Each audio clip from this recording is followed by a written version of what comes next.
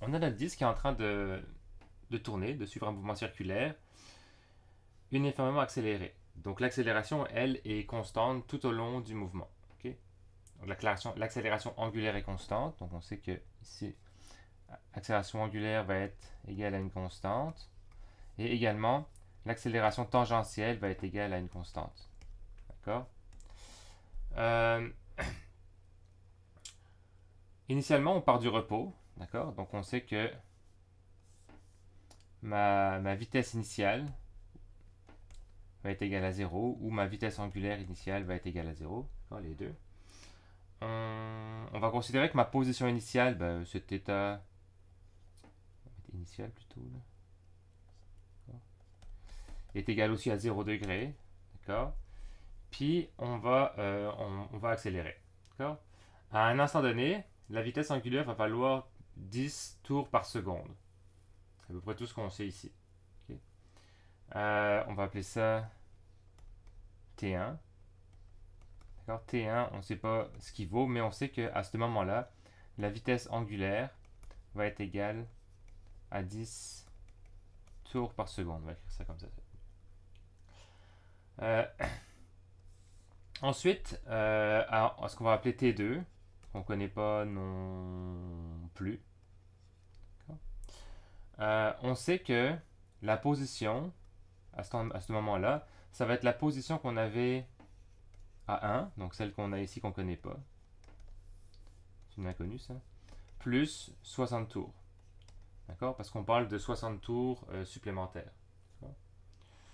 Euh, la vitesse angulaire, cette fois-ci on la connaît, ce serait θ2 serait égal à 15 tours par seconde.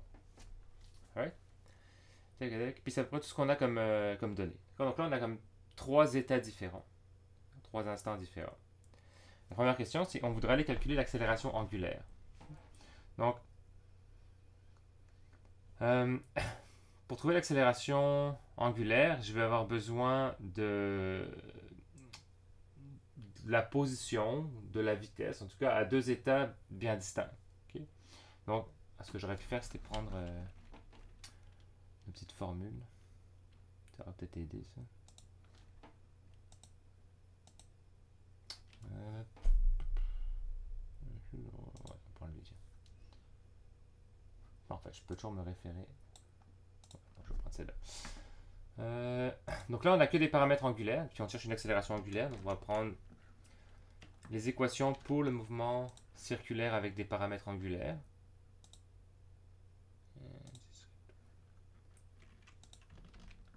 Donc on a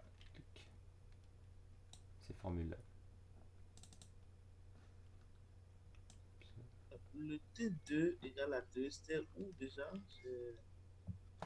Non, pardon, il n'y a pas de. Euh, non, il y a pas de 2. Je sais pas pourquoi j'ai marqué T2 égale à 2. C'est comme un petit lapsus. Euh, T2, on le connaît pas, on va le calculer d'ailleurs. Je pense que c'est une question. Il me semble que c'est une question, mais pas sûr. T2, on le connaît pas, il me semble.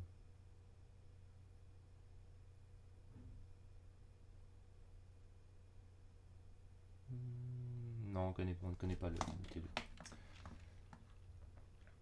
D'accord. Euh, donc, pour calculer mon accélération, okay, je vais avoir besoin de plusieurs données pour faire ça. On voit avec la première formule, je peux avoir mon accélération ici. Si je connais mes deux vitesses à deux endroits différents, ben, ouais, effectivement, je connais les deux vitesses. Donc, je connais ma vitesse initiale puis ma vitesse en 1. Puis, je connais ma vitesse en 1 puis ma vitesse en 2. D'accord? Par contre, ça me prend le temps aussi. D'accord? Puis là, ben, j'ai aucune idée sur le temps dans chacun des états. Okay? Je ne sais absolument pas où est-ce qu'on est dans chacun des états. Je pourrais faire la même chose pour la deuxième, mais ce serait la même affaire parce que je ne connais pas le temps non plus. Okay? Donc, dans la 3, ici, je vois que je peux avoir mon temps. Donc, ça, je le connais aux trois états différents. Et les positions. D'accord? Les positions, ou du moins l'intervalle de position, je le connais entre θ1 et θ2. Parce que je sais qu'entre θ1 et θ2, ben, on a réalisé 60 tours. D'accord? Donc je pourrais partir de cette équation, de la troisième équation, puis utiliser l'état 1 et l'état 2 pour aller calculer mon accélération. Donc ici, je sais que je peux écrire que ma vitesse angulaire à l'état 1 au carré va être égale à ma vitesse angulaire à l'état 2 au carré plus 2 fois mon accélération angulaire multiplié par mon delta θ, ou du moins θ2 moins θ1. Okay. Donc là, il y a quand même des petites conversions à faire. On peut les faire, on va pouvoir les faire directement dans notre équation.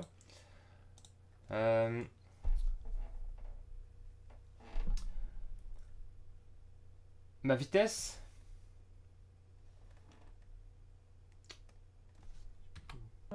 Excusez-moi, pour l'équation, ça ne sera pas θ2 oméga 2 au carré est égal à oméga 1 au carré, puisque ce sera oméga 2 qui sera la vitesse finale.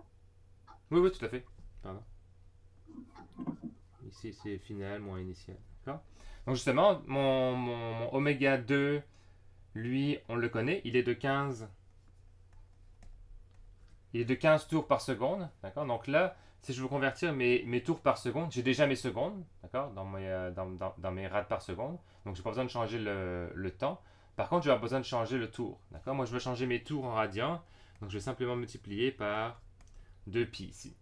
Okay. Comme ça va me donner des rades par seconde. Donc, tout ça, on va le voir au carré.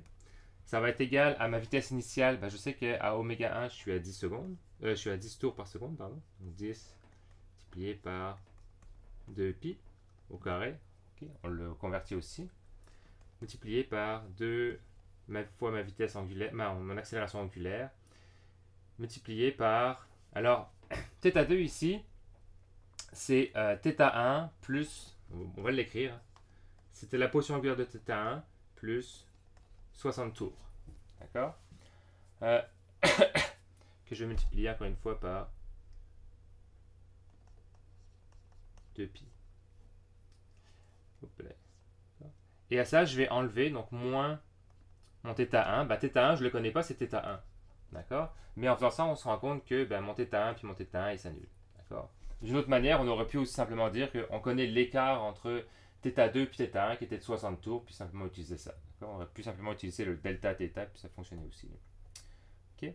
Donc, en faisant ce calcul-là, on arrive avec une accélération angulaire de... Donc nous, ce qu'on cherche, évidemment, c'est notre alpha. Et ce qu'on arrive, c'est avec une accélération de... J'ai déjà le résultat, de 6,54 rad par seconde carrée. Tout simplement. Ensuite, on veut avoir le temps requis pour accomplir 60 révolutions.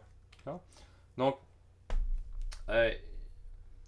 j'avoue que la question n'est pas nécessairement claire, comme je l'ai dit. Là. Moi, ce que j'ai fait, c'est que je suis parti de 0, d'accord, pour accomplir les premières 60 révolutions, finalement. Puis j'ai calculé ça. Je pense que dans la réponse des notes de cours, eux, ils ont calculé pour les 60 révolutions qui venaient après, à partir de θ1. Okay.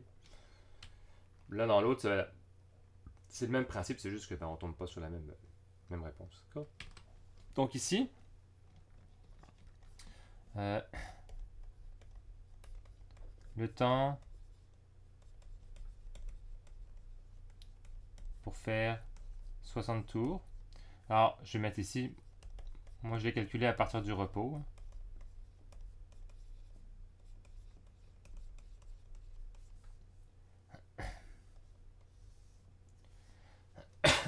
Donc, on voit que je vais pouvoir aller chercher ça. Donc, la première formule, elle me donne aucune indication sur la position, donc je ne peux pas vraiment l'utiliser. La deuxième, on a évidemment la position. Donc là, dans mon équation, ce que je chercherais, ce serait 60 tours. Initialement, j'étais à une position nulle. Okay.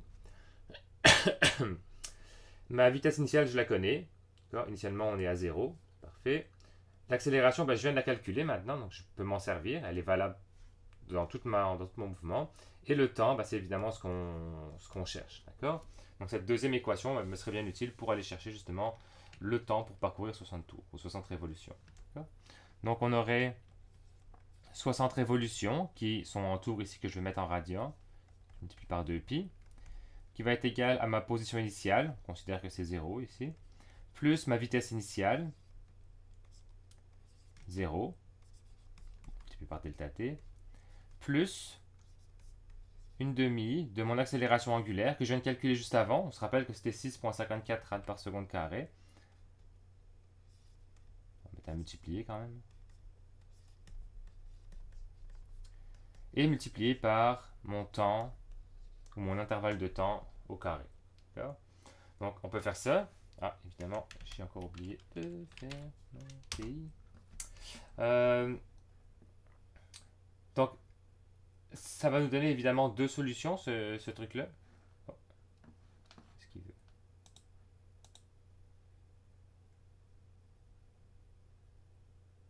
Allez.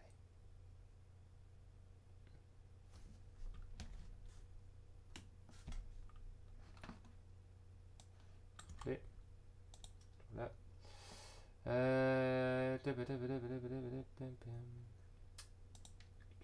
Ok.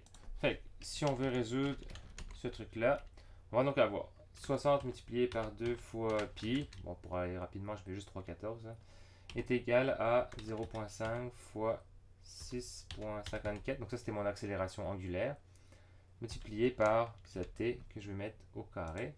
Et encore une fois, je vous rappelle que pour résoudre ça, il faut qu'on mette la variable, donc virgule, ma variable, t. On trouve évidemment deux solutions. On a un temps qui est négatif et un temps qui est positif. À date, on n'a pas encore réussi à revenir dans le temps. Donc, on va considérer que la seule solution possible, c'est 10,37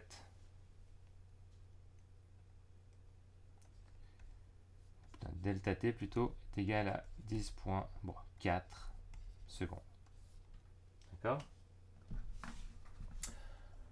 Monsieur, c'est quelle formule que vous avez pris ici pour faire ça? La deuxième. Ça va? Mais comment que c'est pas ça. Attends, si on regarde. Il faut pas rajouter le temps du premier au 1. Il faut que ça soit au final. Ben, la question c'est, regarde, la question c'est, quel est le temps requis pour accomplir 60 révolutions? C'est un petit peu obscur Ok. comme, c'est un petit peu obscur comme question, d'accord? Ok, ouais, je comprends. Donc, on aurait pu faire la même, on aurait pu faire aussi en fait, ce qu'ils ont fait dans la solution, c'est pour ça que probablement que cette réponse-là ne correspond pas à celle des notes de cours, mais on peut le faire aussi à partir de T1, d'accord? Mhm. Si on le fait à partir de T1, ben, je vais avoir 60 fois 2pi, plus, dans ce cas-là, ma vitesse initiale serait pas nulle, d'accord? À votre avis, est-ce que le temps pour faire 60 tours à partir de T1 va être plus court ou moins court? Ben, plus long ou moins long? Si je pars de T1. Donc si je pars de ce Euh, moment-là, à partir d'ici, est-ce que ça va me prendre plus de temps pour faire 60 tours? Ou moins de ça va temps prendre que... moins de temps. Ça va Ça va prendre prendre moins de temps. moins de temps, d'accord? Parce que déjà là, j'ai acquis une vitesse, donc je vais un petit peu Ouais. plus vite, d'accord? Donc ça va me prendre moins de temps pour faire 60 tours, ok? Donc la Ouais. réponse que vous avez ici, dans le solutionnaire devrait être probablement plus petite, d'accord? Ok. Mais j'avoue que je l'ai fait changer, j'ai envoyé un message, là, puis je l'ai fait changer la question parce que c'était pas très... c'était vraiment pas clair, d'accord? Ok. Ouais, merci. Mais là, on utiliserait la même formule. La seule différence, c'est que ici, on aurait une vitesse initiale qui serait de 10 tours par seconde qu'il faudrait convertir en rad par seconde. L'accélération resterait la même. Puis le reste, ce serait la même chose. D'accord? Euh, si on veut le faire à partir... Je vais l'écrire juste au cas où. Là. Si on fait à partir de T1, ben, on aura finalement θ1 plus 60. D'accord? Donc ça, ce serait tout au complet. Donc θ1 parce qu'on partait de θ1, de la position 1, plus 60 parce qu'on a fait 60 révolutions, est égal à θ1. Donc là, finalement, fois 2pi. Hein. Donc ça, on se rend compte que ça s'annule. On aurait pu écrire simplement 60, ce serait la même chose. Plus ma vitesse initiale, c'était de 10 tours par seconde. Donc encore une fois, je multiplie par 2pi pour changer ça en rad par seconde. Plus une demi de mon accélération multiplié par delta t au carré. D'accord?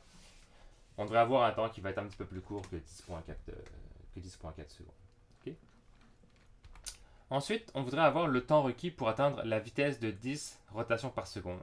Donc en fait, ici, on va se placer entre ces deux instants-là. Donc je pars du repos, j'accélère à un taux de 6.54 rad par seconde carré. Et au bout d'un certain temps qu'on cherche, on aura atteint une vitesse angulaire de 10 tours par seconde. Okay?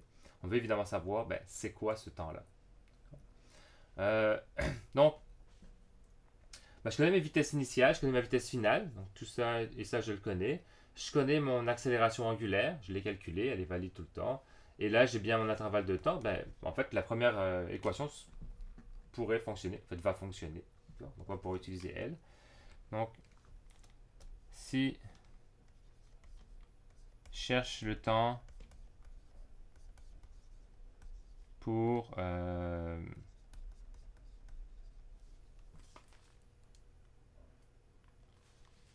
bricolage, pour aller à 10 tours par seconde. Donc j'utilise ma première équation qui me donne que ma vitesse finale c'était 10 tours par seconde. D'accord? Je multiplie par 2pi. J'aurais pu le faire au début en fait, en passant. Est égal à ma vitesse initiale. On était au repos initialement. Plus mon accélération. 6.54, c'est toujours la même. Multiplié par delta t. Ça nous donne un temps. En fait, faire ça mieux que ça. Ça va être T1 moins T0. D'accord? Et nous, ce qu'on cherche, c'est évidemment T1. T0, lui, on l'avait pris comme la référence, donc c'est 0. Donc là, on va pouvoir trouver c'est quoi finalement T1 ici. Si on fait le calcul, j'ai déjà fait, là, il n'est pas très compliqué, lui. On arrive à 9.6 secondes. Ouais. T'as jusque-là? Oui. Ouais. Parfait. Parfait. Puis, pour terminer, on voudrait la même chose, mais finalement, ce qu'on chercherait, ce serait la position. D'accord? Donc, on voudrait le nombre de révolutions accomplies à partir du repos jusqu'au moment où la vitesse est de 10 rotations par seconde. Donc, dans le fond, c'est la même chose qu'on a. On a les mêmes conditions initiales. On a une vitesse de 0, puis on a une vitesse finale de 10 tours par seconde. Et nous, ce qu'on cherche, c'est la position. D'accord? On a aussi trouvé le temps. Donc, on pourrait utiliser, pas la première, mais minimalement, soit la deuxième. D'accord? Donc, avec la deuxième, moi, je chercherai ma position θ1 ici. Ici, ce serait θ0, 0. Oméga initial serait 0. Et le temps qui serait ici, ça serait l'intervalle de temps entre T0 et puis T1 qu'on vient de calculer. D'accord? Donc ça pourrait fonctionner comme ça. Ou alors on pourrait utiliser la troisième équation. On connaît les deux vitesses, on connaît l'accélération, puis on cherche la position. D'accord? Donc l'une ou l'autre, ça va fonctionner. Donc si je me mets par exemple ici, proche, mais... donc là, on cherche la position à T1. D'accord? Donc, si on prend la troisième équation, on aurait que ma vitesse finale au carré, donc ma vitesse finale, c'est 10 tours par seconde. On met ça en rad par seconde. Je n'oublie pas le carré, ce que je fais tout le temps. Ma vitesse initiale, c'est 0. On laisse ça à 0. Plus 2 fois mon accélération angulaire, 6.54 multiplié par θ1 moins θ0 qu'on avait mis à 0 comme référence. D'accord? Et à partir de là, on peut trouver notre θ. Est-ce que je l'ai ça? Non. Donc, on va chercher θ1. Donc, c'était trop cheap pour faire le calcul chez nous. Alors, je vais le faire ici.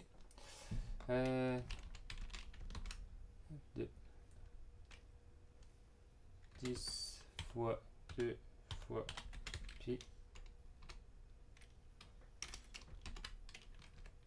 Ouais, ce serait mieux si je mettais des parenthèses pour mettre ça au carré est égal à 2 fois 6,54 multiplié par, on va appeler ça O là pour θ, virgule θ, et on trouve un angle de 301,5 radians.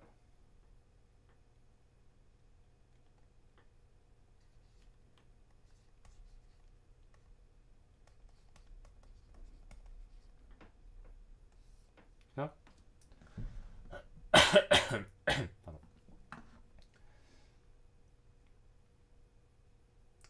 Est-ce que ça va?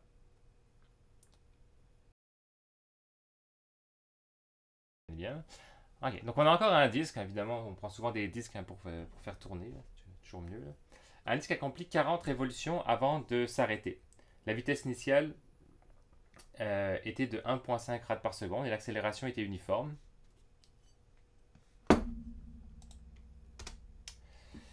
Donc c'est le même genre d'affaire, d'accord? Donc je vous laisse regarder ça. On veut avoir le temps que la roue a pris pour s'arrêter. C'était quoi l'accélération angulaire? Combien de temps a mis le disque pour accomplir les 20 premières révolutions? Donc je vais vous laisser décortiquer un petit peu ça avec les équations. Si vous voulez, je peux les remettre. Je peux les remettre ici pour que ce soit plus facile. Ça, vous n'avez pas à aller les chercher dans vos PowerPoint. Là. Encore une fois, pour tout à l'heure, là, pour votre mini quiz, je vous rappelle que j'ai mis ces équations. Ces équations-là, je les ai mis à la fin du dernier cours. Donc, si vous regardez là, à l'avant-dernière diapo, là, vous avez le résumé de toutes les formules. Donc, je vous laisse un petit 5 minutes pour regarder ça, au moins décortiquer, puis de voir, sans nécessairement faire les calculs et les conversions, qu'est-ce que vous pourriez utiliser pour résoudre ça, tout simplement. D'accord? Puis ensuite, on va faire le calcul ensemble. Ça va? Ouais. Parfait. Oui.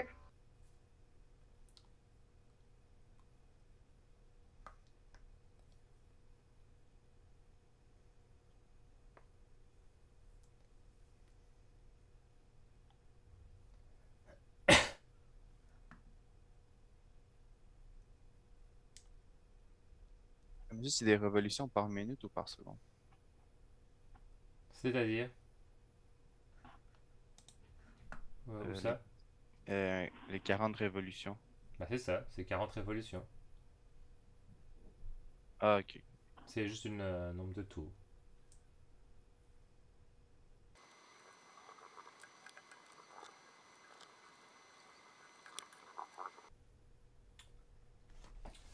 Bon, on va regarder ça ensemble.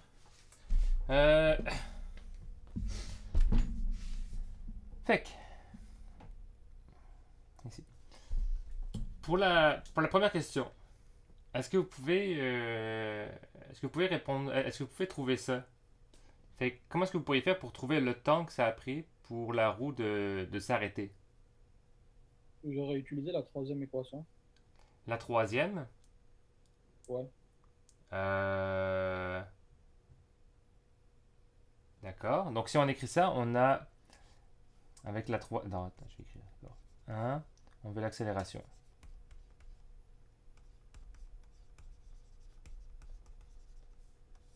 D'accord. Alors la troisième, ça me donne ma vitesse finale au carré. Donc ça, je la connais parce qu'on est à l'arrêt, à la fin. D'accord. Donc ce serait comme 0. Qui va être égal à ma vitesse angulaire initiale au carré. Je la connais, on était à 1,5 rad par seconde, donc il n'y a même pas besoin de la convertir, c'est déjà tout comme il faut, au carré, plus 2 fois mon accélération, d'accord? Multiplié par mon accélération. Ouais, ça fait bizarre ça. 2 fois mon accélération. Ah, comment je vais y arriver? Ce que je suis en train de chercher. multiplié par ben, comment dire, le nombre de tours qu'on a besoin de réaliser. D'accord? Donc ici, je sais que ma, ma position finale, ça va être, mettons, 40. D'accord? Je vais réaliser 40 tours.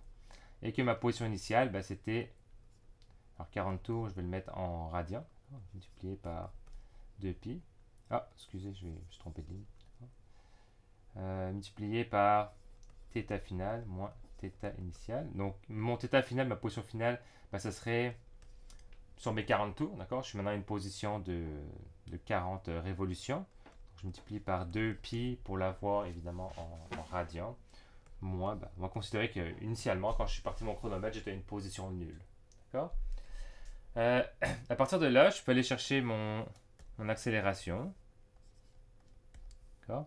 Ce qui me donne une accélération de, je vais calculer ça. Alors déjà, bon, on va le faire comme ça. On va le faire avec la calculatrice. D'accord? Alors, ça nous donne. Ok.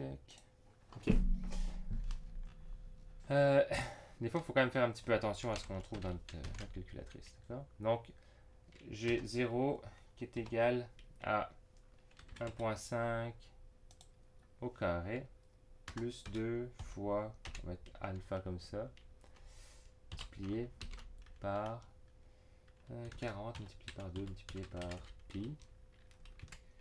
Et ce que je cherche, c'est alpha. D'accord? Ici, je trouve une accélération, ah bah directement, c'est parfait ça, de moins 4,47, donc moins 4, mettons 4,5 rad par seconde carré. Okay?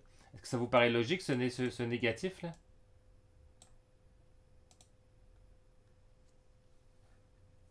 Oui, puisqu'il arrête Ouais. à la fin. Ouais, ok, il est en train de ralentir. En fait, ce qui est important là-dedans, c'est pas vraiment de voir que c'est négatif puis on a une décélération, c'est juste de voir que ma vitesse, elle, est positive. D'accord? Et donc, si je ralentis, il faut bien que j'ai une accélération qui vienne s'opposer à ça. D'accord? Donc, pour pouvoir ralentir, quand on a une vitesse qui est positive, il faut absolument que mon accélération soit négative. D'accord? Donc, ça me donne bien un moins 4,5 10 à la moins 3 rad par seconde carré.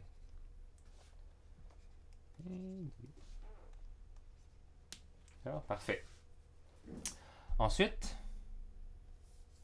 Petite question. oui. Comment vous avez fait pour avoir cette notation-là? Moi, sur ma calculatrice, ça a écrit moins 0,0004. Ouais, ben, comme je vous l'ai dit au début de la session, vous pouvez la mettre en. Ou même la semaine dernière, je vous l'ai dit, je pense. Dans Doc. Là. Vous pouvez aller dans Réglages et État. Soit vous changez pour le classeur, soit vous changez pour la calculatrice au complet. Moi, je préfère juste le classeur, comme ça, ça ne fait pas toutes les modifications partout. Là. Puis là, j'ai mis mon format en ingénieur. Quand si je le mets en normal, ici, ça va revenir à ce que toi, tu dois avoir. Là. D'accord? OK, merci. Là, j'ai été. Ça, on va mettre ça. Ingénieur, parce que vous êtes des futurs ingénieurs. Ok. Ensuite. Donc maintenant, ce qu'on voudrait avoir, c'est. Oh, excusez, c'était pas la Ça, question. c'est la question B, hein, c'est ça? Ouais, c'est ça, exactement, ouais. Ouais, pour le coup, ça fout tout en l'air mon. Ça fout tout en l'air mon truc, là. C'est pas grave. Dans le fond, c'était effectivement, on aurait. En fait, oui, ça. Le truc, c'est qu'on ne pouvait pas calculer l'accélération tout de suite. On ne pouvait pas, pardon, calculer le temps tout de suite. D'accord? Donc, en réalité, ce qu'on aurait dû faire, excusez, je vais le refaire comme si on partait de zéro, là. Mais on a déjà calculé l'accélération, mais vous voyez bien que vous avez compris le truc, là. Ah, qui c'est qui m'a dit qu'on utilisait la troisième, là? Hein? Franchement. Je cherche pas accélération. Ok, ici, pardon, dans la première, on cherchait le temps. D'accord? Et si vous cherchez le temps, puis qu'on utilise la troisième, évidemment, il n'y a pas le temps là-dedans, ça ne fonctionne pas, d'accord? Donc, comment est-ce qu'on aurait pu faire pour aller chercher l'accélération? Comment on aurait pu faire, pardon, pour chercher le temps? Je suis perdu, moi, dans ma tête. le seul moyen, c'est encore une fois d'aller chercher l'accélération ou alors d'écrire deux équations. OK? On voit que l'accélération, elle est partout. Si vous ne l'avez pas, ben, vous êtes fait. D'accord?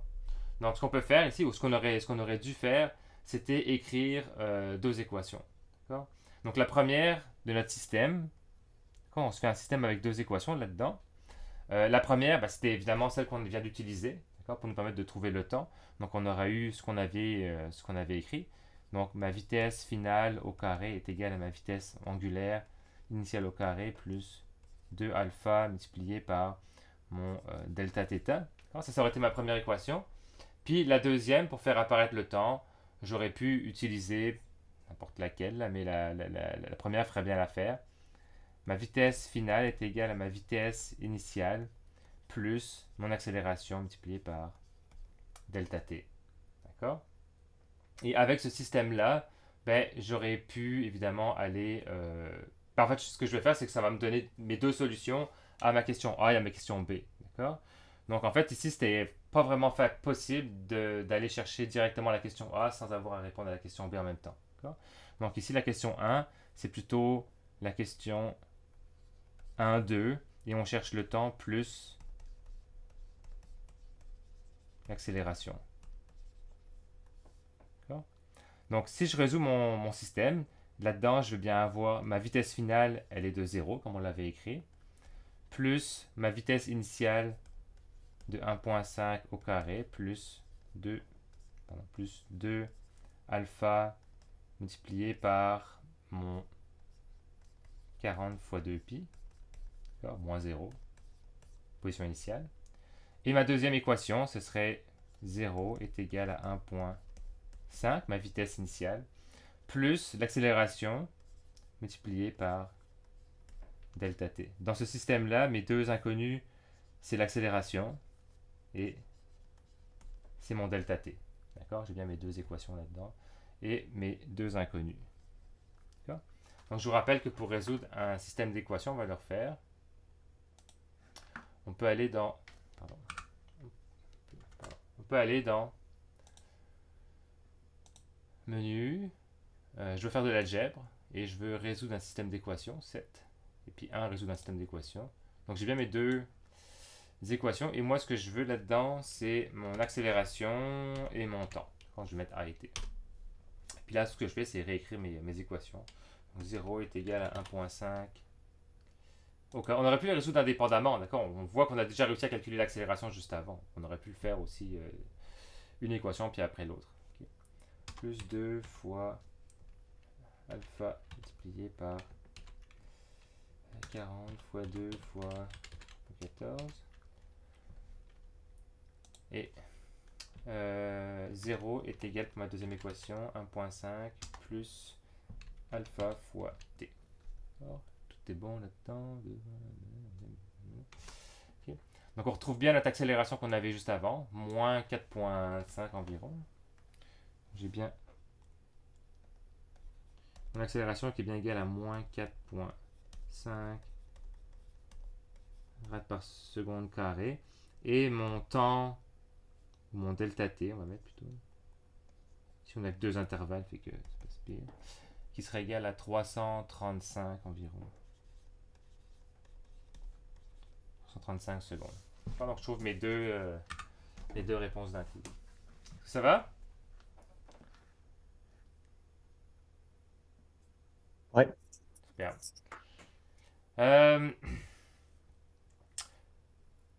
Monsieur, Oui. est-ce qu'on aurait pu aussi faire un solve des deux premières équations? Ça aurait marché aussi, quoi.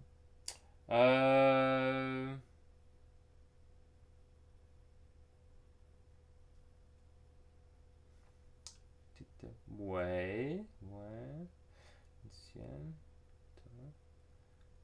Ouais, tout à fait.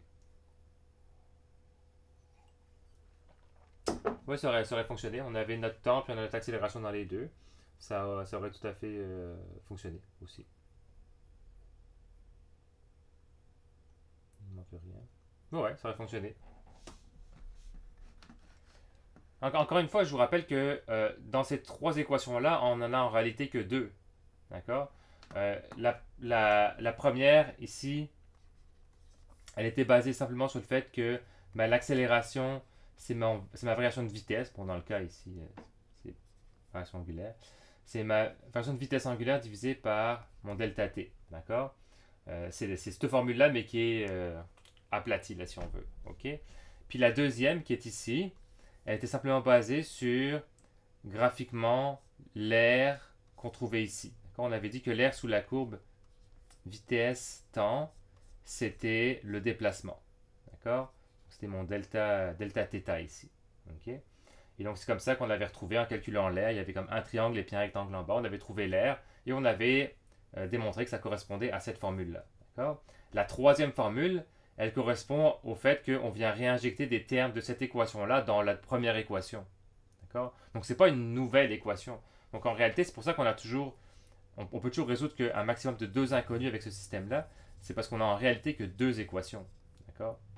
Donc, on aurait pu effectivement utiliser la première et la deuxième. Ça aurait fonctionné aussi. Parce que c'est les deux seuls, finalement, qu'on a. Qui existent en réalité. Question 3. On voudrait maintenant avoir le temps pour accomplir les 20 premières révolutions.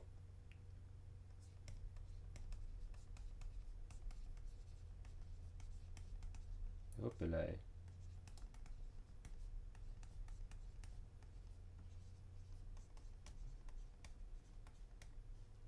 J'écris comme de la merde. Ok. Ma première question pour vous, c'est... Ben, j'ai le temps pour faire 40 tours. On est d'accord? Ici, j'avais 40 tours. J'ai trouvé que pour faire 40 tours, il me faut 335 secondes. À votre avis, pour faire 20 tours, ça va me prendre combien de temps? Ben, la moitié, vu que l'accélération est uniforme. Justement, tu viens de mettre un point là-dessus. Là. Tu viens de me dire quelque chose d'intéressant, non? Ouais. Tu as dit accélération. Ben, j'ai dit, vu que l'accélération est constante et uniforme, ben, ça va prendre la moitié, non? C'est ça que je pense. Est-ce que quelqu'un d'autre a un avis? J'ai entendu 2 fois justement que ça allait être la moitié. Là. Ben moi, j'aurais procédé par la règle de 3. Règle de 3, ok. Si en 335 secondes, on fait 40, on veut en faire combien? Alors, regardez un petit peu. Première chose, quand j'accélère, d'accord, ma vitesse augmente au fur et à mesure. D'accord? Je vous rappelle que la vitesse, ben, ça va correspondre au temps parcouru pendant un certain intervalle de temps. Admettons qu'on garde cet intervalle de temps là fixe à, mettons, 1 seconde. D'accord? Je pars à un certain point ici, au début. Donc là, je suis à l'arrêt. D'accord? Ma vitesse est égale à 0. Ou vitesse angulaire, peu importe, là, c'est un exemple. D'accord? Et au bout d'1 seconde, je vais être ici. D'accord? Ma vitesse a augmenté. Admettons que ici, j'ai 1 mètre. D'accord?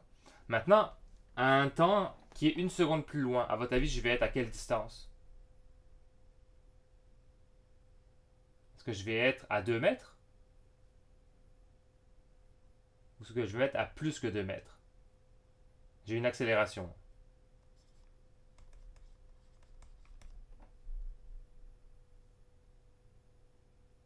Je vais faire deux possibilités. Est-ce que je vais me retrouver là, à 2 mètres, ou est-ce que je vais me retrouver quelque part par là, à quelque chose plus grand que 2 mètres, ou est-ce que je vais me retrouver là, à quelque chose plus petit que 2 mètres? Ça devrait pas être plus petit vu que ton accélération, comme dans le fond, ta vitesse va continuer à augmenter, non? Exactement, ma vitesse va commencer à augmenter. D'accord? Donc si ma vitesse augmente, ça veut dire quoi? Ça veut dire que je parcours une plus grande distance dans le même intervalle de temps. D'accord? Donc si je garde mon intervalle de temps constant, ben, ça veut dire que j'aurai parcouru une plus grande distance pendant 1 seconde. Donc une plus grande distance que 1 mètre. D'accord? Donc ici, je vais bien me retrouver à une distance qui va être plus grande que 2 mètres. D'accord? Donc si je garde l'intervalle de temps constant à 1 seconde, pour un exemple, d'accord? Ben, au fur et à mesure que mon temps s'écoule, je vais avoir des intervalles de temps qui vont augmenter comme ça. D'accord? Ma vitesse va être de plus en plus grande et donc l'intervalle que je parcours en 1 seconde va être plus grand. D'accord? Donc si je fais l'inverse maintenant puis que je garde une distance constante, ben, je vois bien que mon temps entre chaque intervalle va être plus court. D'accord? Donc je ne peux pas utiliser cette règle-là de me dire que ben, j'ai 40 révolutions à 335 secondes, à 20 secondes, je vais avoir la moitié. C'est pas possible parce que ma vitesse est modifiée. D'accord? Mon accélération est constante, oui, mais j'ai une accélération, donc ma vitesse change. D'accord? Deuxième chose, est-ce qu'on peut utiliser une règle de 3?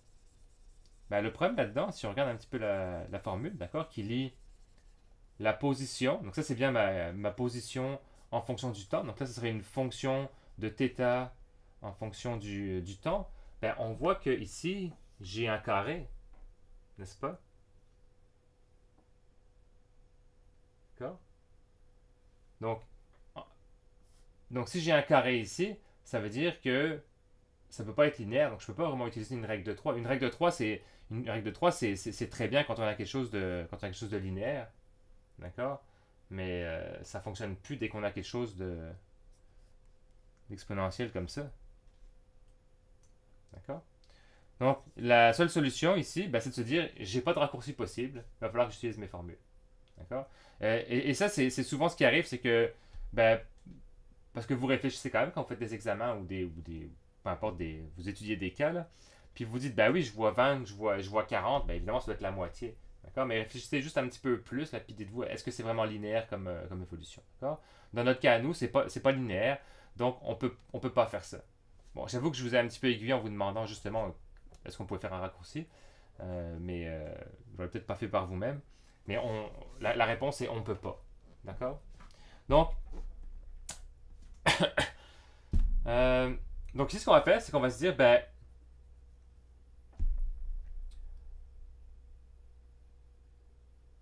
on va utiliser nos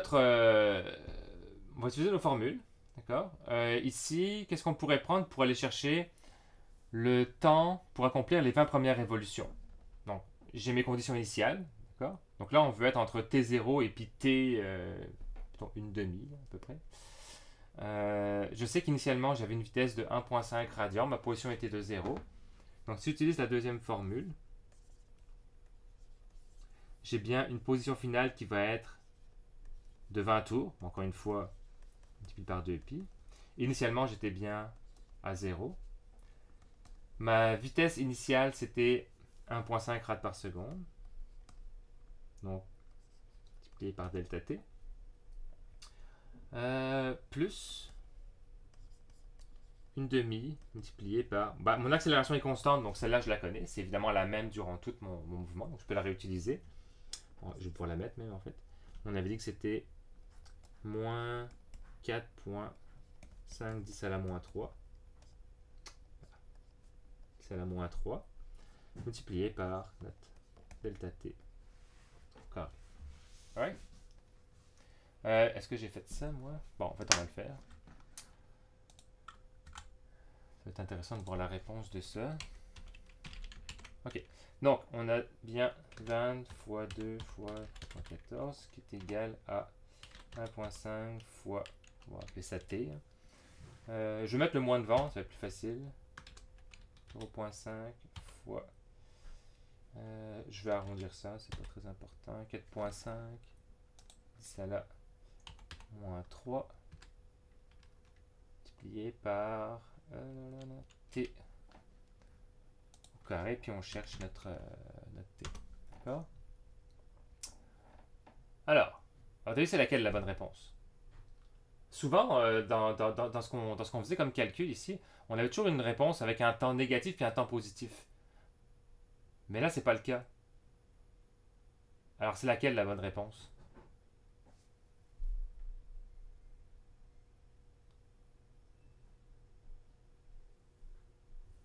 Bah, le temps le plus court.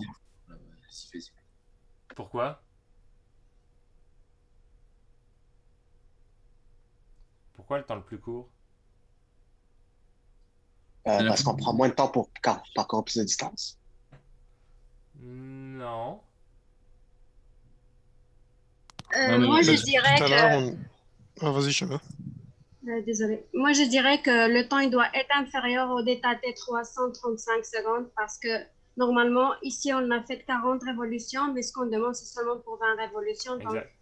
il doit être inférieur à 335 secondes. Exact. Donc, on a, mettons, deux solutions. Nos deux solutions, ça va être t est égal à 98 mettons, ok, on s'en fout on fait des virgules, 88 secondes, ou t est égal à 568, d'accord? Et on voit évidemment que ce temps-là, ben, il est supérieur à 335, d'accord?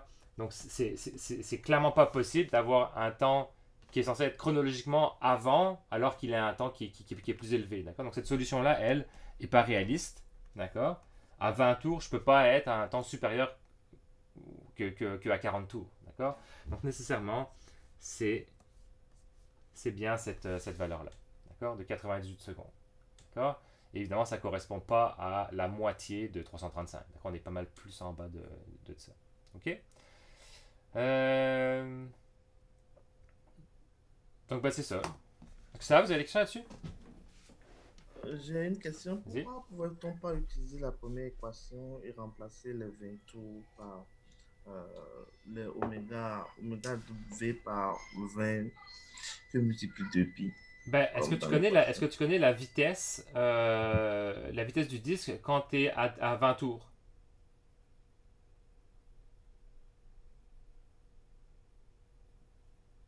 Est-ce que tu connais cette vitesse-là? Non. Non, on la connaît pas, d'accord? Ok. Et dans ce cas-là, ben, ce serait la même chose pour la 3, on ne pourrait pas non plus parce que ben, on connaît pas non plus cette vitesse-là. D'accord?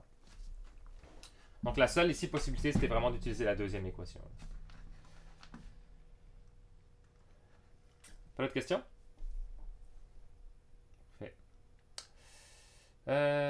On va aller avec un petit peu plus de... Donc, en fait, là, on a fait finalement un mouvement avec les paramètres angulaires. D'accord? À chaque fois, on voyait qu'on avait des vitesses angulaires, des accélérations angulaires. On n'a actuellement pas utilisé des vitesses, des paramètres linéaires. Donc, on va faire ça avec l'exercice 6. Donc, une auto se déplace dans une courbe dont le rayon de courbure est de 300 mètres. Donc, on a ici notre rayon de courbure qui est ici. Donc, ça correspond au rayon de la trajectoire. D'accord? Ça vaut bien 300 mètres. À l'instant correspondant à la figure 6.1, donc on va considérer que ici, c'est l'instant auquel on regarde notre état. La vitesse est de 20 mètres par seconde. Donc, la vitesse est tangente à la trajectoire, donc j'ai une trajectoire circulaire. À ce point-là, la vitesse va être orientée selon cette direction-là. D'accord? Si on regarde un petit peu ouais, il a l'air un petit peu symétrique le véhicule, mais on voit que ça ressemble un petit peu plus à l'avant, puis ça serait plus à l'arrière, mais en tout cas, mettons que j'ai évalué que ça c'était le sens de la vitesse. D'accord? Donc ici c'est donc évidemment faites attention, ici c'est une vitesse en mètres par seconde, donc si c'est une vitesse en mètres par seconde, on a bien un paramètre linéaire. Donc ça c'est ma vitesse V, on va appeler ça V0. D'accord? V parce que c'est une vitesse linéaire. La grandeur est égale à 20 mètres par seconde. Et la grandeur de cette vitesse augmente à un rythme de 2 mètres par seconde carré. C'est quoi comme paramètre linéaire qui est responsable de l'augmentation de la grandeur de la vitesse? Vous vous rappelez? Accélération. Laquelle? Linéaire. Non. Non, Ça n'existe bon. pas, ça. Ben, non, ça n'existe pas vraiment, ça comme Mais ben, ça, c'est...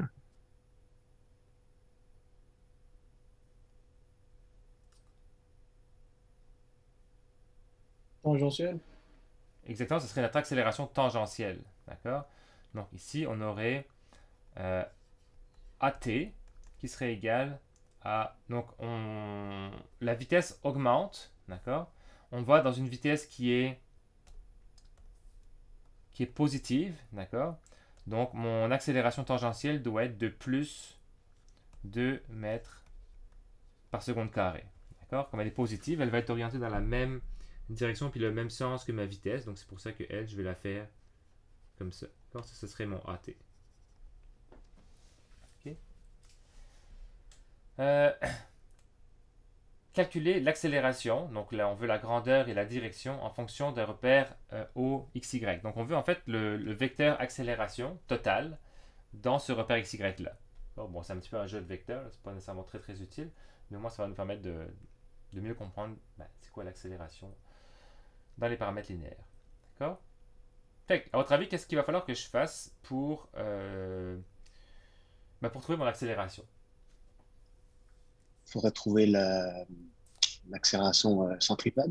Exactement. On va essayer de trouver l'accélération centripète. Donc, première chose, on sait que l'accélération centripète est toujours orientée vers le centre de la trajectoire. Donc ça, c'est mon centre de mon cercle. D'accord? Donc on sait qu'elle va être orientée selon cette direction-là. D'accord? Et son sens, le sens, il pointe également toujours vers le centre de la trajectoire. Donc on sait que ça va être orienté comme ça. Orienté comme ça. Et ça pointe vers le centre. Toujours. D'accord? Et ça, c'est notre accélération centripète AC. D'accord? On sait également que la grandeur ou la valeur de AC, ça correspond à quoi? La vitesse sur le rayon, je pense. La vitesse Carré sur le rayon. Sur le carré. Donc V carré sur R. D'accord? J'aurais une question, s'il vous plaît. Ouais, vas-y. Comment ici on sait qu'on doit calculer l'accélération centripète? Peut-être j'ai manqué de l'information. En fait, la question est relativement simple. On nous demande de calculer l'accélération. D'accord? L'accélération, c'est un paramètre linéaire. D'accord? Quand on ne parle pas de... Il y a deux termes qu'on peut utiliser. Il y a accélération angulaire. D'accord? Ça correspond au alpha qu'on a calculé avant. C'est un paramètre angulaire. D'accord? Quand on parle juste d'accélération, on sait que c'est un paramètre qui est linéaire. D'accord? Il correspond à A, l'accélération. D'accord? Si on a un mouvement qui est curviligne, A, c'est en fait la combinaison de l'accélération tangentielle et de l'accélération centripète. D'accord? Donc on sait que quand on parle de juste l'accélération en général, c'est la combinaison de ces deux composantes-là, accélération tangentielle et centripète. Ok, donc ici, on ne va pas calculer l'accélération centripète, mais on va calculer l'accélération qui combine entre AT et AC, c'est ça? Exactement. Exactement. Ouais, Puis comme ça le combine, il faut calculer quand même AC. Là. Ok. Merci. Donc, on peut se rappeler rapidement de comment est-ce qu'on va faire ça. Donc, comment est-ce que je vais pouvoir faire pour avoir la grandeur de mon accélération? Ça correspondra à quoi, ça? Racine carrée de AT à la 2 plus AC à la 2. On fait notre Pythagore. Donc, ça me prend donc... Et c'est encore une fois, c'est la... AC puis AT, c'est les composantes de mon accélération. Donc, pour trouver la grandeur de A, ça va être effectivement AT carré plus AC carré. Je vais mettre ça dans une racine. D'accord? Dans une racine carrée. AT, je la connais. D'accord? On a dit que c'était responsable du changement de grandeur de la vitesse. Lui, il vaut 2 mètres par seconde carré. Puis AC, c'est V carré sur R. On connaît la vitesse à ce moment-là. Puis on connaît le rayon de courbure. D'accord? Donc on peut également aussi calculer AT. En fait, j'aurais peut-être dû laisser un peu de place ici. On peut le calculer là en vrai. Lui, il vaut ma vitesse. Donc on est à 20 mètres par seconde. C'est au carré. Divisé par mon rayon. 300 mètres.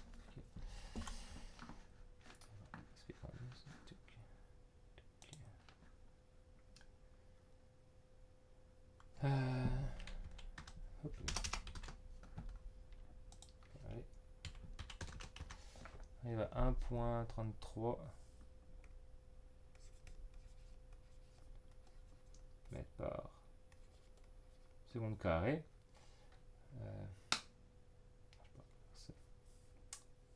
Puis on va mettre ici que avec AT qui était égal à 2 mètres par seconde carré. Donc pour ça on a nos deux grandeurs. D'accord? Donc on sait que cette fois-ci, la grandeur de A, ou simplement A, ça va bien être racine carrée de 2 au carré plus 1.33 au carré. Pardon. Ce qui nous donnerait racine carrée de 2 au carré plus 1.33 des poussières au carré. On a 2.67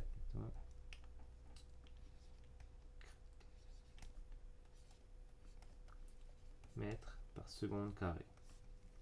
Donc là, j'ai trouvé la grandeur de mon accélération. D'accord? Donc, on sait que mon vecteur accélération, lui, il va être... Donc, c'est la somme des deux composantes. D'accord? Ah, il y a un petit mot. AT, c'était ça. D'accord? Donc, j'ai mon accélération qui est orientée quelque part par là. D'accord? Ce serait mon vecteur A. D'accord? Pour pouvoir trouver l'orientation de ce vecteur A dans mon repère XY, qu'est-ce que je vais avoir besoin de faire?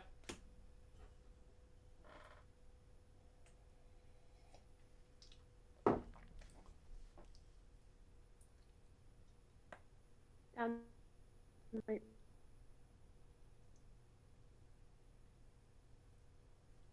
Voilà.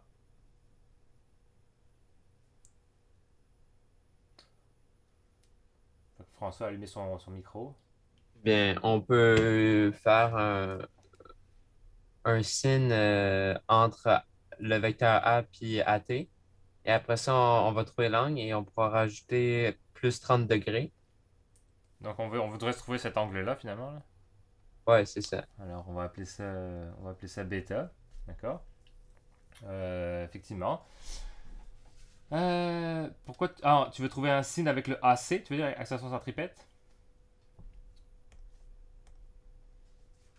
Je comprends pas. Je vois, tu m'as parlé d'un signe, mais moi j'utiliserais plutôt un tan, là, mais... Je sais pas, peu importe, là. Ok. Mais... Donc, bêta ici, je vais écrire là, l'angle bêta, lui est bien égal à tan moins 1 du opposé. C'est quoi le côté opposé à mon angle bêta?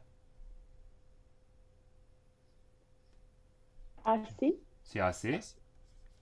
Et donc c'est bien, si vous vous rappelez, le tan, c'est bien opposé sur adjacent. Donc, opposé, c'est AC, puis adjacent, c'est AT. D'accord? Donc, ça va correspondre à mon tan moins 1 de... Alors, AC, on l'avait trouvé. Ça va aller 1.33 divisé par AT qui va aller 2. On va mettre la calculatrice, on va mettre ici. Tan moins 1 de 1.33 divisé par 2.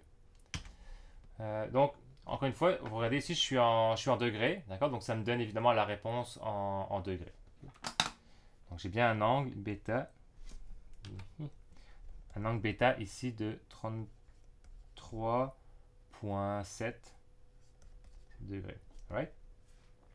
Et donc, l'angle total, ça, beaucoup de place, mais, on va appeler ça, on va le mettre en rouge, on va appeler ça gamma.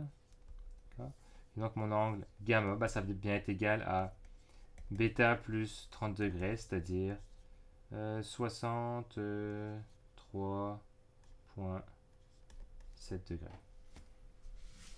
Okay.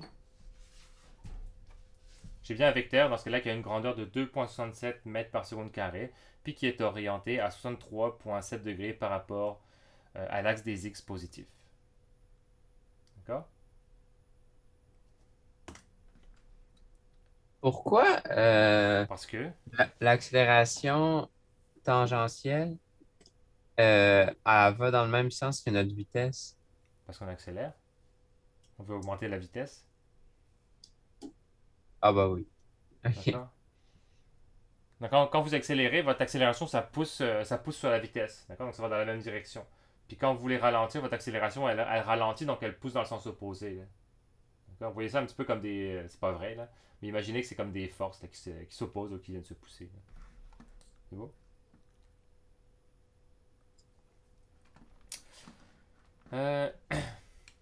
Si la voiture avait tourné dans l'autre sens, d'accord, on aurait été ici dans ce sens-là, on aurait considéré que les angles ici diminuent, d'accord? Donc je vais dans mon sens horaire. Donc la vitesse ici aurait été négative, théoriquement, là, si on fait ça bien. Et donc, mon accélération pour accélérer aurait dû être négative aussi. Donc, vitesse négative, accélération négative, ma vitesse augmente, mais dans les négatives.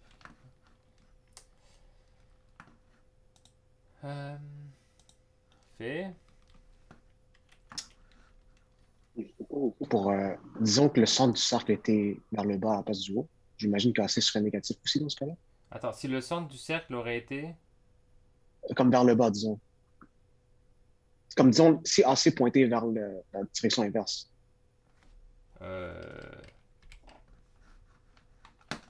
Ben, on aurait plus la même courbe là, parce que si tu changes le centre d'un Ouais, non, c'est ça, ouais, exactement, c'est ça. Ok, mais donc comme imaginons AC que- serait négatif, right? Attends, attends, ça dépend parce que.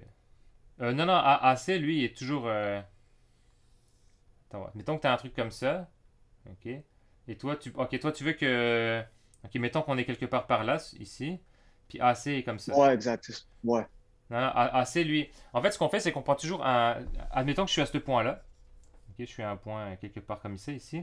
À partir de là, sur ce point-là, je monte un repère. D'accord? Je vais faire un repère avec des vecteurs unitaires. D'accord? Comme on avait vu. Ça, c'est mon vecteur unitaire UC. D'accord? Le vecteur unitaire UC, il pointe toujours vers l'intérieur. D'accord? Donc, ton accélération centripète, elle est toujours positive.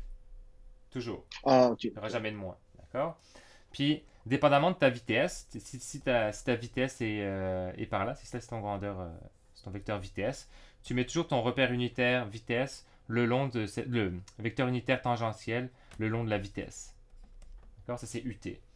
Si tu as une décélération, donc on va faire AC. Donc AC, lui, il pointe toujours vers l'intérieur. Donc AT, lui, est toujours positif.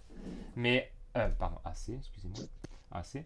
Mais ton tangentiel, lui, il peut ralentir. D'accord? Donc s'il est du côté opposé à ton vecteur unitaire, c'est négatif. Puis s'il est dans le même sens, ben, ça va être positif. D'accord? Donc AT peut être positif ou négatif. AC, lui, est toujours positif. D'accord? Ouais, merci.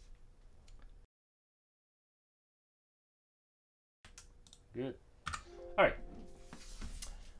Fait, encore une fois, on a à peu près le même cas de figure ici. On a une automobile qui change sa vitesse de façon constante entre A et B. Donc ici,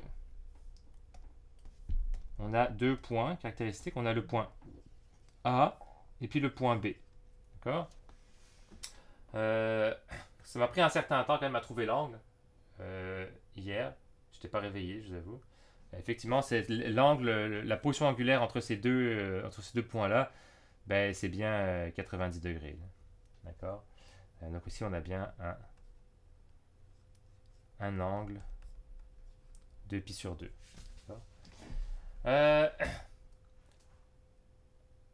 On a nos deux vitesses. Donc à ce moment-là, mon véhicule avait une vitesse.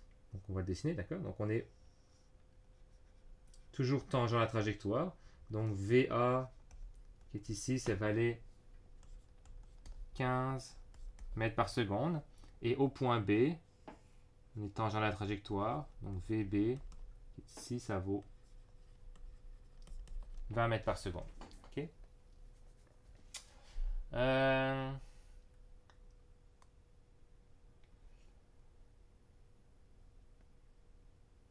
Calculer l'accélération tangentielle de... Bah, je vais vous laisser regarder un petit peu, d'accord? Ouais, je vais vous laisser quelques minutes pour regarder ça. Là, il y a deux questions.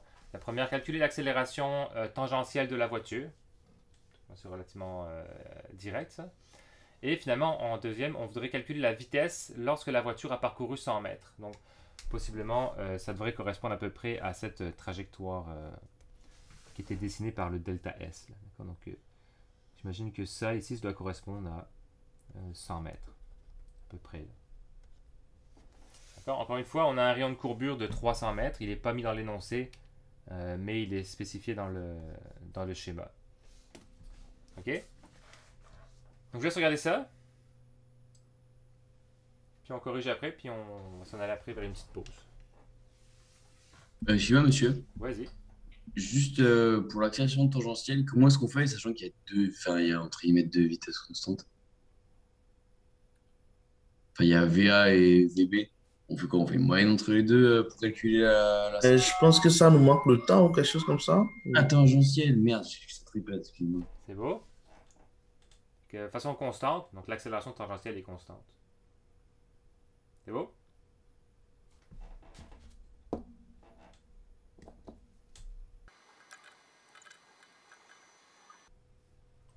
Ici, on prend le point initial A ou B Pour faire quoi? pour calculer l'accélération tangentielle, pour faire la différence entre les deux vitesses. Ben, c'est ça. Exactement. L'automobile change sa vitesse de façon constante. D'accord? Donc ça veut dire qu'entre A et puis B, l'accélération, elle est constante. Donc ça veut dire que c'est la même. Ok, donc si on la calcule de genre VB moins VA, ça va être la même chose que VA moins VB. Non. Non, ben, ça va donner l'inverse. D'accord? Ça va donner le signe opposé. Mais nous, on s'en va bien. On part du point A, puis on s'en va vers le point B. Donc ton point final, c'est le point B, puis ton point initial, c'est le point A. Ok. D'accord? Vous avez réussi ça? Première question? Ouais. Ouais. Ouais? Ok, parfait. Fait que, comment est-ce qu'on pourrait... comment est-ce que vous avez fait ça?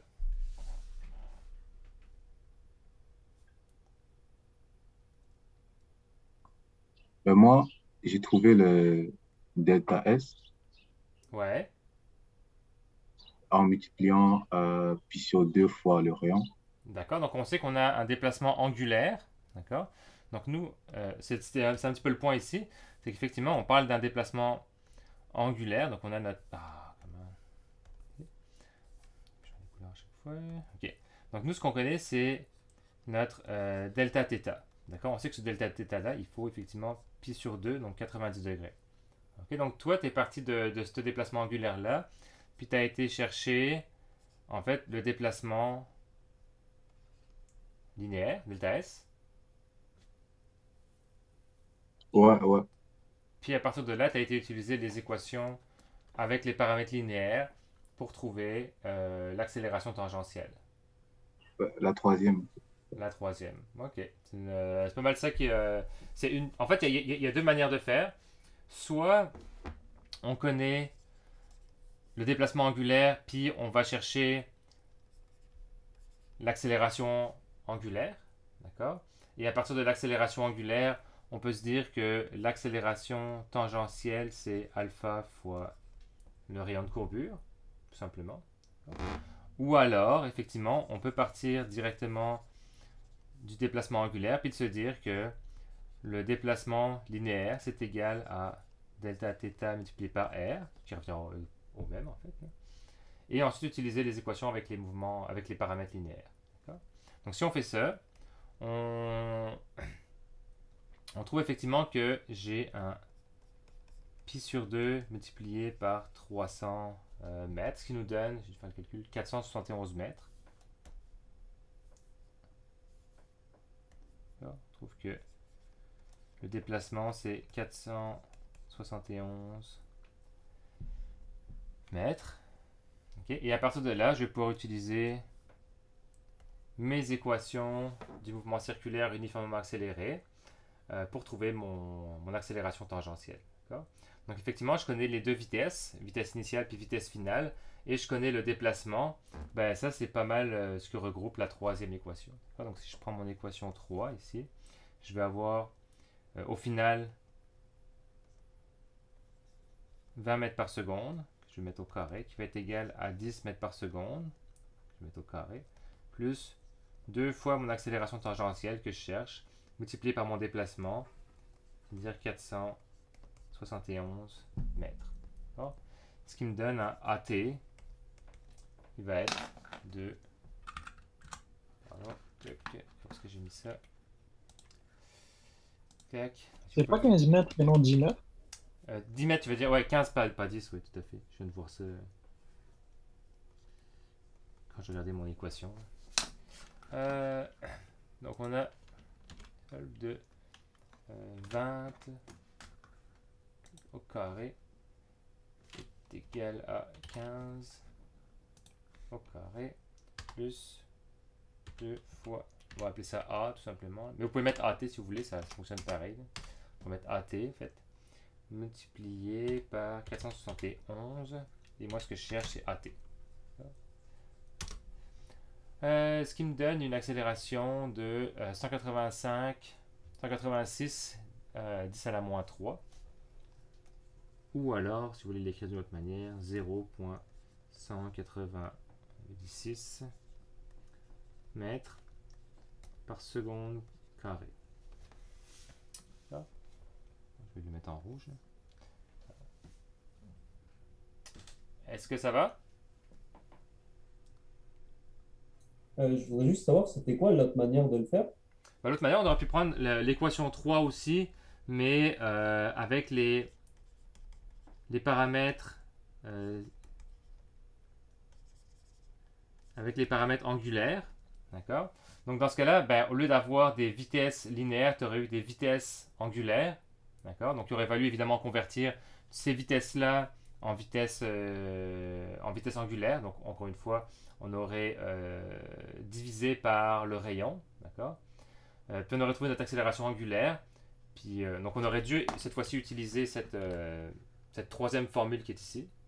D'accord?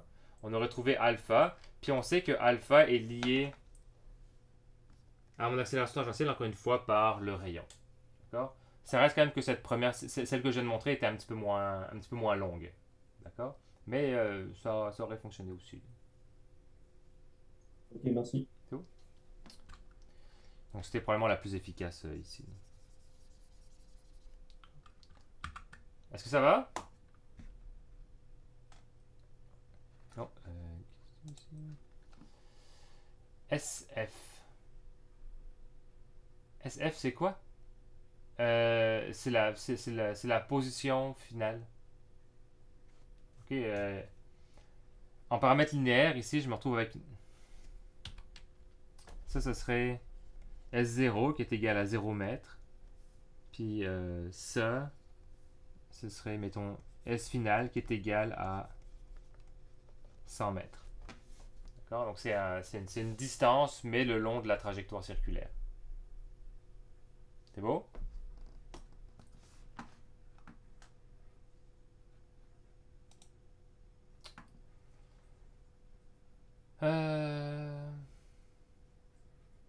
Ensuite...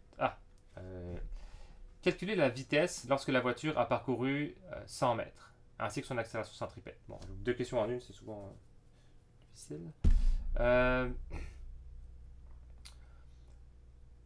Donc ici, quand je parle de vitesse, je parle évidemment de vitesse linéaire. D'accord? Dès qu'on parle de vitesse, on sait que c'est des paramètres linéaires. Parce qu'on a parcouru 100 mètres. Donc ici, on voit que j'ai mes positions initiales puis mes positions finales. Je connais mon accélération tangentielle. Donc je sais de combien est-ce que je vais pouvoir augmenter ma vitesse en 100 mètres. Ça a l'air de ressembler encore pas mal ça à la troisième équation. Hein, si on regarde, on a un déplacement ici. Okay. Puis j'ai mes vitesses et j'ai ma vitesse finale. D'accord? Ça aurait été un petit peu plus compliqué avec la première. Il aurait fallu calculer le temps avec la deuxième pour retrouver la vitesse finale. Donc ici, on va encore une fois utiliser la troisième équation. Ce que je vais faire, c'est... Est-ce que je peux faire ça?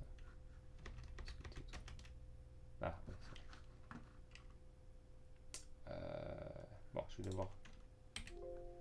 Ça. Ok, laisse-moi 30 secondes. Je vais juste... Ah, est-ce que je... Non. Ouais. Je vais faire ça comme ça.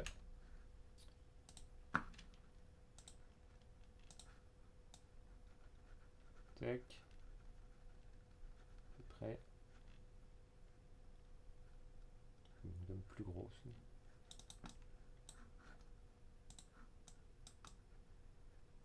Tac. Ok. Parfait. Ok. Donc cette fois-ci, on veut la vitesse. Donc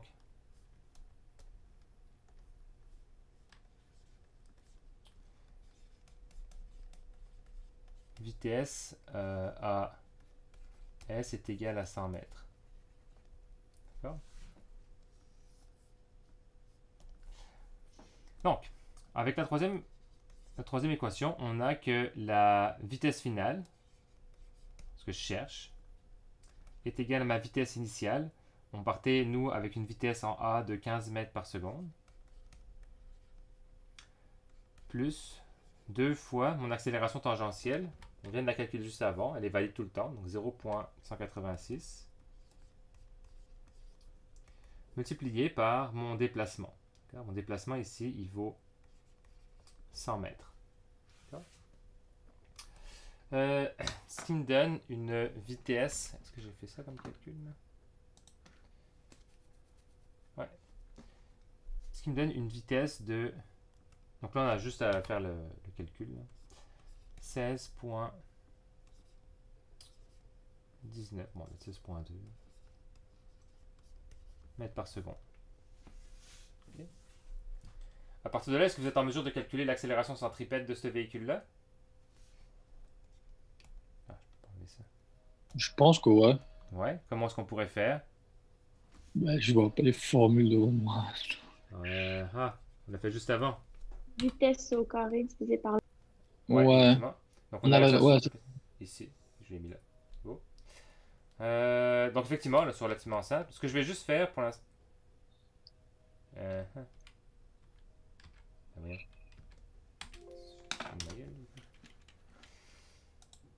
Des fois, ça. Ok, donc là, je viens de trouver une vitesse de 16,2 mètres par seconde. Okay. Avec la même accélération tangentielle. Donc, c'est comme ça. Donc ici, l'accélération tangentielle tend à faire augmenter ma vitesse. D'accord? Je passe de 15 à 16,2. Donc elle va bien dans le même sens que ma vitesse. Ça, c'est AT qui est égal à 0,186 mètres par seconde carré. Et mon accélération centripète, elle, va être orientée vraiment jaune, tiens, vers le centre de ma trajectoire. Donc, faire comme ça. Ça va être AC. D'accord? AC, ça va valoir V au carré sur R. Donc, évidemment, la vitesse à laquelle je me trouve au point où je calcule mon accélération. D'accord? Donc, ma vitesse à ce moment-là, c'est bien 16,2 au carré. Donc, encore une fois, l'accélération centripète n'est pas constante. D'accord? Donc, même dans un mouvement circulaire uniformément accéléré, la seule accélération qui est constante, c'est l'accélération tangentielle. D'accord? Et divisé par mon rayon de courbure 300. Okay? Donc ça me donne, si j'ai fait le calcul pas, 0,87 mètres par seconde carré. Donc AC ici est égal à 0,87 mètres par seconde carré. D'accord? Oui. Donc, le V2, c'est vraiment par rapport à la position. Oui, où, exactement. C'est pas delta. C'est pas un delta. C'est pas la vitesse finale moins la vitesse initiale. C'est vraiment juste la position. Okay, exactement. L'accélération, elle dépend de la vitesse à laquelle tu te trouves. D'accord? Donc, si on était par exemple au point B ici, on aurait une accélération centripète qui serait orientée comme ça, vers cet endroit-là. Donc, AC2 serait égal à... On peut faire ça très rapidement. Là. Tac, tac, tac. On aurait donc 20 au carré, parce qu'on est à 20 mètres par seconde, divisé par 300. Notre accélération centripète, à ce moment-là, vaudrait 1,33 mètres par seconde carré. À cet endroit-là, elle serait orientée pareil, par ici. Puis ça vaudrait simplement 15 au carré divisé par 300, 0,75.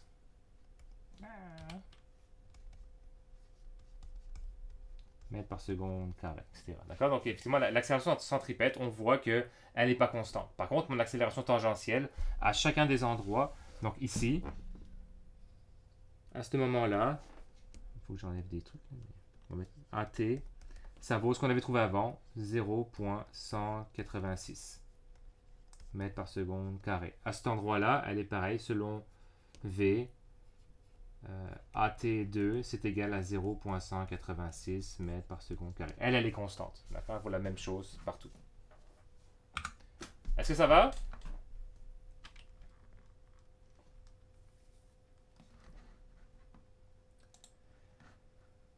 Est-ce que vous avez des questions de dernière minute? Donc ici, je vous rappelle que je vous ai mis les formules. Donc vous avez toutes... pardon. Donc vous avez les formules nécessaires qui vont être ici. Je vous rappelle qu'il y a... Ah, pardon. Vous voyez pas. OK. Dans le cours de la semaine dernière. Je vous rappelle que vous avez des liens entre les paramètres angulaires puis les paramètres linéaires. D'accord? Ah. Je perds ma souris, moi. OK. Donc là, j'ai mes paramètres linéaires d'un côté, mes paramètres angulaires de l'autre. On voit que le lien entre les deux, c'est évidemment le rayon. D'accord? Fait que, on va se prendre une petite pause. Une petite 10 minutes. Oui, moi, j'aurais une question, s'il vous plaît. Est-ce que vous pouvez revenir à la deuxième question du dernier exercice? Je finis d'avoir ma souris. OK. Ça? Ici, on nous demande la vitesse lorsque la voiture a parcouru 100 mètres, mais je ne vois non, pas... Non, ici, on veut l'accélération tangentielle de la voiture. La question 1? Non, je parle de la question 2. Ah, pardon. Okay. La question 2, on nous demande la vitesse, mais je ne vois pas où on a calculé la vitesse. Ben oui, il y a ça. VF au carré. Bon, ah, et pourquoi on a recalculé le AC? Je ne vois pas le lien, pourquoi on a refait le calcul de l'accélération. On ne l'a pas recalculé, en fait, on ne la connaissait pas. On ne la connaissait pas, puis il s'est demandé. D'accord? Donc on veut calculer la vitesse à ce point-là, et en plus l'accélération centripète. Ok, je vois un peu clair. C'est bon, merci. Bon. Autre question? Ok. Bon, ben, on va se prendre une petite pause de 10 minutes, puis je reviens dans 10 minutes, puis on a notre mini test, d'accord? Donc, évidemment, ben là, je vous laisse... donc, ça va peut-être faire un petit peu moins d'une heure, là. Ben, vous aurez, genre, comme un 15 minutes bonus, là. Mais mettons qu'au lieu des 45 minutes, ben, vous aurez peut-être un petit peu moins d'une heure, là. Ça va? Donc, à dans 10 minutes. Le quiz est à quelle heure? Il est à 11h? Ouais, bah ouais, on fait une petite pause de 10 minutes, puis après, ben, on va commencer ça, là, le temps que j'en parle rapidement, là, puis on va commencer. Ok.